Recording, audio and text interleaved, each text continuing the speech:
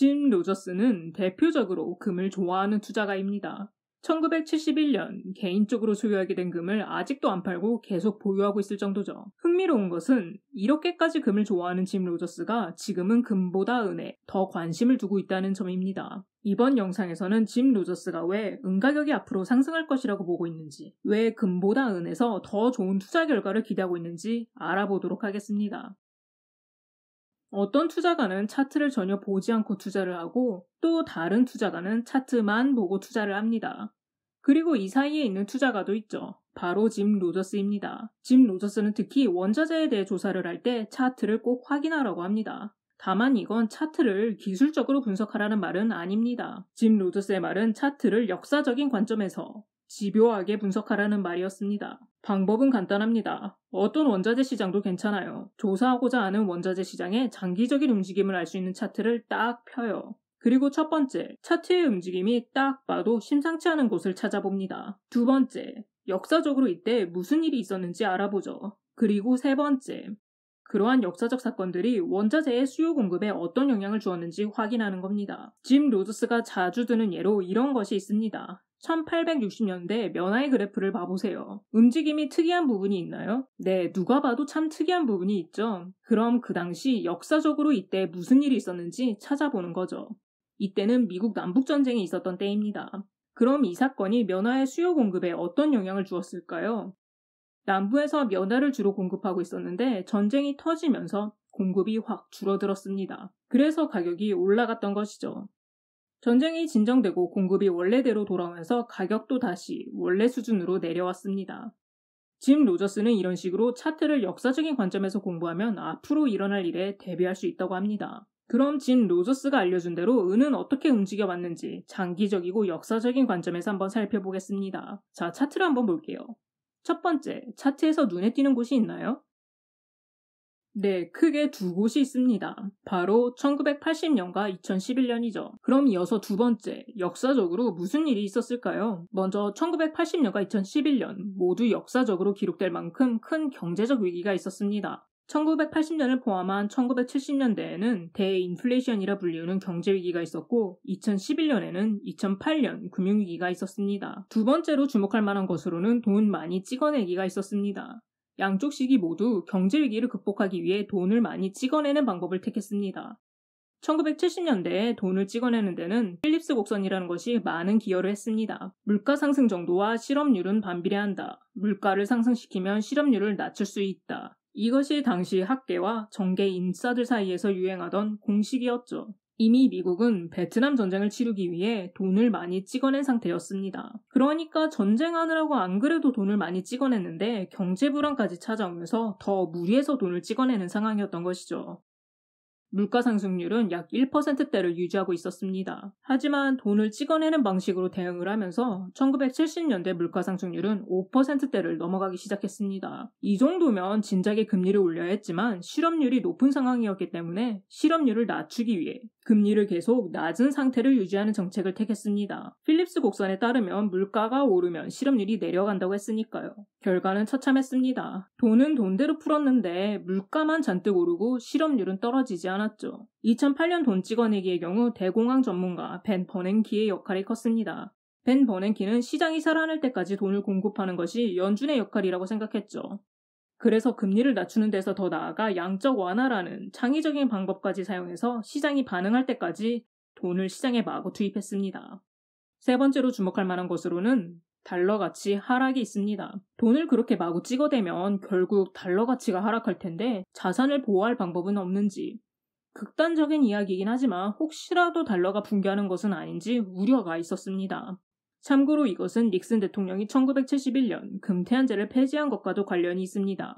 1971년 이전의 달러와 이후의 달러가 구분된다는 것인데요. 이와 관련된 것은 다른 영상에서 자세히 다루도록 하겠습니다. 그럼 이러한 역사적 사건들이 은의 수요 공급에 어떤 영향을 미쳤을까요? 이러한 사건들은 금에 대한 수요 상승으로 이어졌습니다. 은의 수요는 크게 두 가지로 나뉘는데 하나는 산업적 수요, 다른 하나는 투자 수요가 있습니다. 금에 대한 수요가 오르면서 은의 이 투자 수요가 확 늘어났습니다. 1980년과 2011년 모두 이 투자 수요가 늘어나면서 은값을 확 밀어올렸습니다.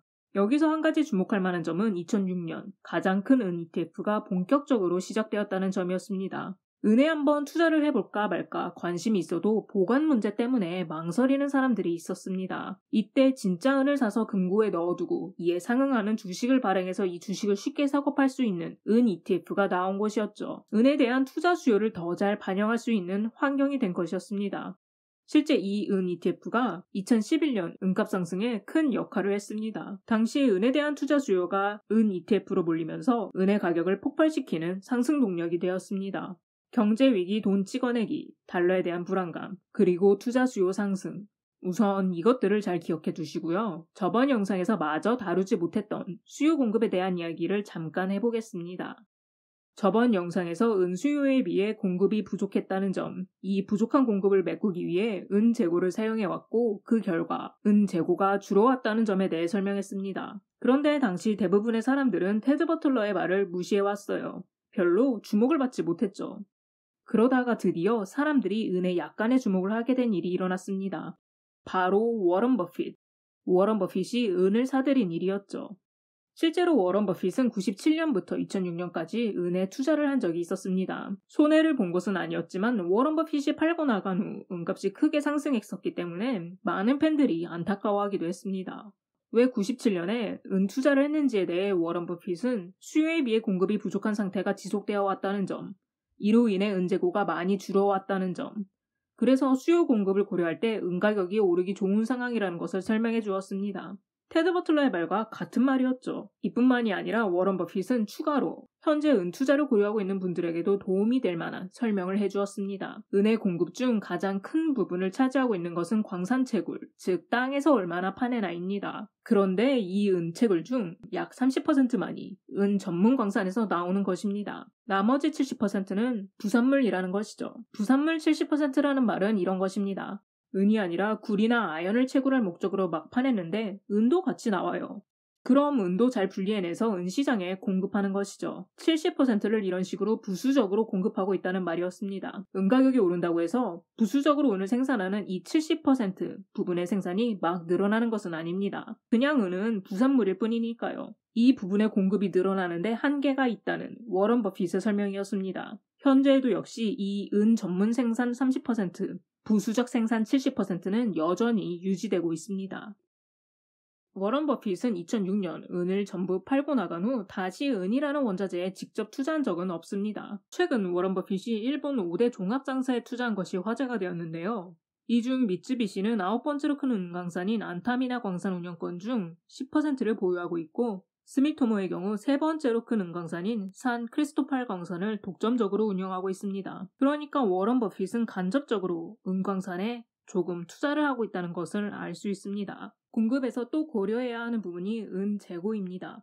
이 은 재고는 수요가 공급보다 넘칠 때 모자라는 공급을 채워줄 수 있는 잠재적인 공급에 해당하는데요. 이 부분에 대해 테드 버틀러가 지적하는 것은 현재 은 재고가 적다는 점입니다. 1980년대보다 현재 은 재고가 적다는 것이죠. 광산 공급 중 70%는 가격에 잘 영향받지 않는 비탄력적인 부분이라는 점, 잠재적 공급에 해당하는 은 재고는 줄어든 상황이라는 점에 대해 알아보았습니다. 이제 수요에 대해서도 좀 살펴보겠습니다. 워런 버핏은 공급에 대해 설명하면서 산업적 수요 역시 상대적으로 비탄력적이라고 짧게 설명한 적이 있습니다. 테드 버틀러 역시 워런 버핏처럼 은의 산업적 수요가 비탄력적이라고 했는데요.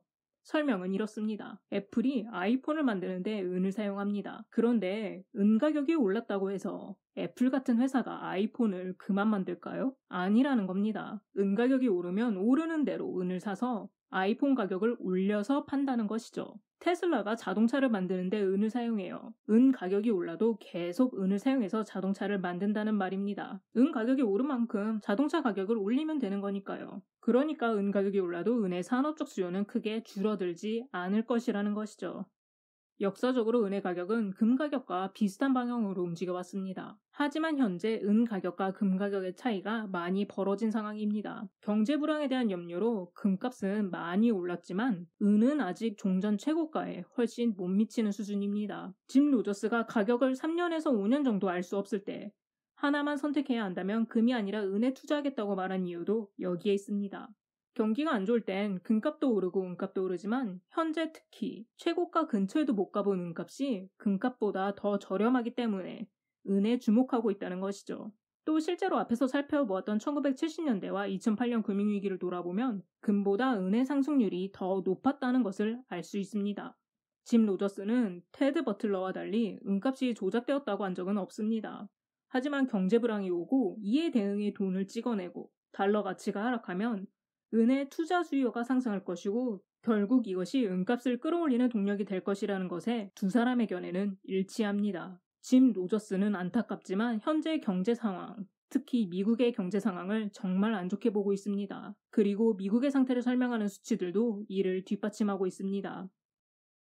현재 은은 금에 비해 가격이 낮은 수준이다. 은 공급 중 가장 큰 부분은 광산 공급이다. 이 중 70%는 부산물이다. 얘는 비탄력적이다. 공급을 늘리기 쉽지 않다. 은 재고는 80년도의 절반 수준이다. 은 수요 중 가장 큰 부분은 산업적 수요이다. 얘도 상대적으로 비탄력적이다. 가격 오른다고 크게 줄어들지 않을 것이다. 경제 불황 시 투자 수요가 늘어난다. 지금까지 한 말을 한 문장으로 정리하면 수요 공급 상태가 은값이 오르기 좋은 상황이다 입니다.